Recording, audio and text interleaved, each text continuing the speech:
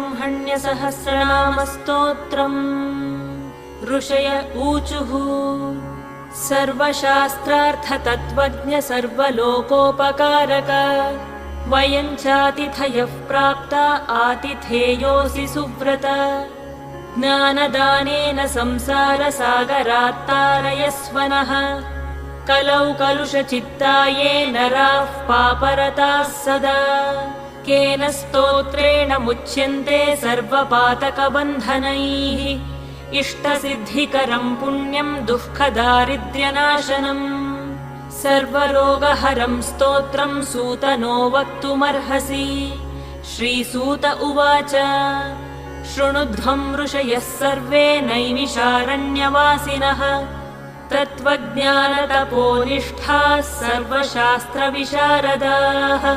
स्वयंभुवा पुरा प्रोक्तम्